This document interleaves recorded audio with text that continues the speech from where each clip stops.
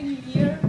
New Year is such a good time to set new goals, to look after your appearance, to become more graceful.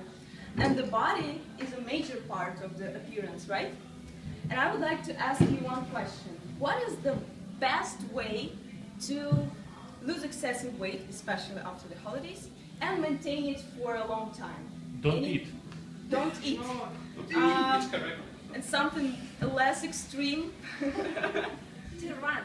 Run. Don't eat. What's less? Eating normal diet always is better than overeating during Christmas and having a strict diet afterwards. Okay, normal diet. What is normal? It's different for every person.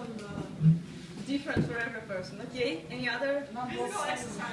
Physical exercise. And regarding the food, Not to eat sugars, carbohydrates, and fats before you go to sleep.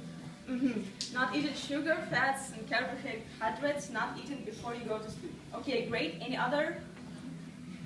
You need to compose the right composition of fats, carbohydrates, and proteins. Cool. Thanks. Thank you for these really wise suggestions. Indeed, traditionally we say that to lose weight or to maintain a healthy, graceful body, you have to cut off all the sweets, bad fats, only have the good fats, lean protein, a lot of vegetables, fruits, but only in the morning, not eating too late before you go to sleep. Also, if you had something excessive still, you can pay it off by extra squats or running extra mile on a treadmill to pay that calories off. And to eat less, of course, you have to eat less. And I also followed this strategy for 6 years now, maybe. And I had my ups and downs. I mean, I gained weight and I lost weight. I gained weight and I lost weight. During the spring and summer is a good time to lose weight, so I lost weight during that time. But autumn and winter come and holidays and things like that, and I gained everything back and even a bit more. And it's quite disappointing and exhausting. So what if I told you that actually you can eat whatever you want, whenever you want?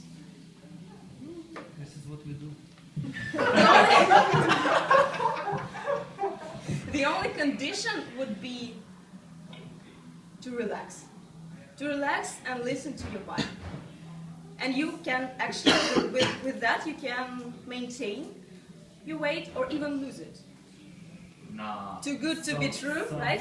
I also wouldn't have believed it if that wouldn't have worked for me. With this strategy, this autumn and winter, I haven't gained the weight that I've lost during the summer back again, even with the holidays. Not even a kilo. And I wouldn't have believed it, really. What I do now, if I want a cola or a burger, I would go for them. But I would go for them only when I want them. And I would stop when I understand that, no, I don't want them anymore. If I feel like skipping breakfast, no, it's the main course, it's very important, I would skip it. And I wouldn't, surprisingly, eat more during the day. So, actually, you can cut off all the rules and still not gain weight. But what is important is really to allow it to yourself. Say, it's okay, food is just food. And I didn't gain the weight even though I barely exercised this autumn and winter.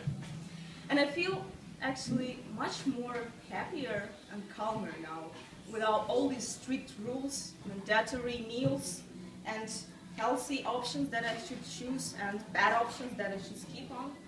I cut off all these rules and it turns out that it also worked. And now I'm looking forward for your questions and opinions on this strategy. Yes?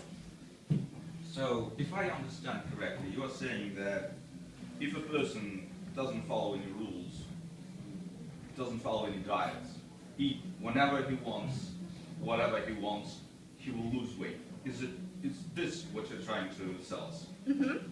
Yes, he can maintain weight or even lose it. For me, losing did not work, so I can't guarantee the losing weight. But maintain it, it's also something, really.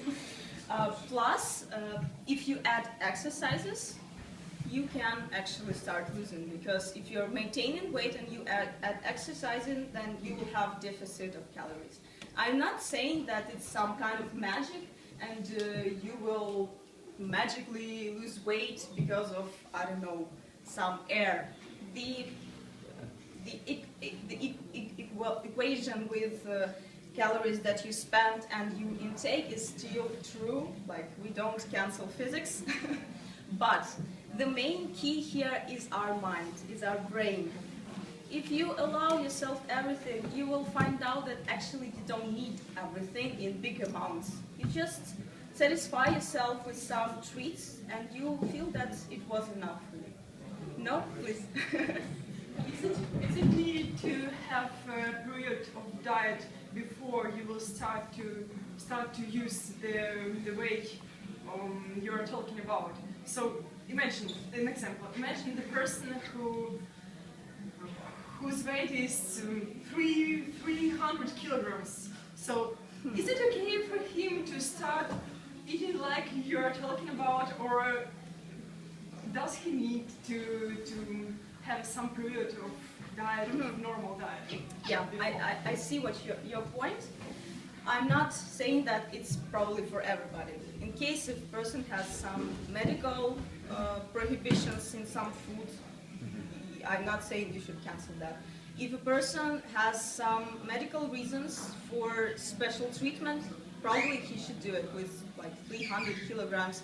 I don't know what it's like and what is the conditions, but I truly believe that really it's not about the food, it's about our brain and what we do with this food. So in case if a person has some kind of tough relationships with the foods, especially with bad foods, like this bad cake, this is very bad cake, if I eat it I will feel guilty, then there is a key to gain weight here in this feeling of guiltiness. And if you calm down about it, it might just help you to be more happy, and also not to gain weight with all these restrictions. That's what I'm saying. So, yeah. Yeah. But also, you said that people, if people relax, they would stop gaining weight and overeating. But on the other hand, some people eat to relax. Eat to relax. Eat to relax. In order to relax, Yeah, they eat a lot of food. No. I mean not to relax by food. I mean to relax that food is not important to you. Food is just a fuel. And if you really want this, you can have it. But you should like feel it with your body, not with your mind. But it's because very tasty fuel. If you see a burger, won't you feel good? Oh, I can tell you one example. I used to, the thing that I'm now describing is some people call it intuitive eating. And when I really didn't believe the strategy, but said that yes, I should go for intuitive eating. I can eat whatever I want, whenever I want. But frankly, in the back of my mind, I still knew that no, that's not gonna work, and I can't have that food. Really, I can't. And I stopped to eat it a lot. Like a lot. What I saw, yes, I want this, I want that, and in a huge amounts. Because truly, in the back of my mind, I didn't believe that it's possible, and I didn't allow it to myself. But when you allow truly, like frankly, and there are no other thoughts that it's prohibited, then you just relax. You don't want it. You don't want everything. Yeah, I support you. Yeah. Yes, Grandma. Two of the most uptight populations in the world are the Japanese and the Koreans, and they're pretty skinny.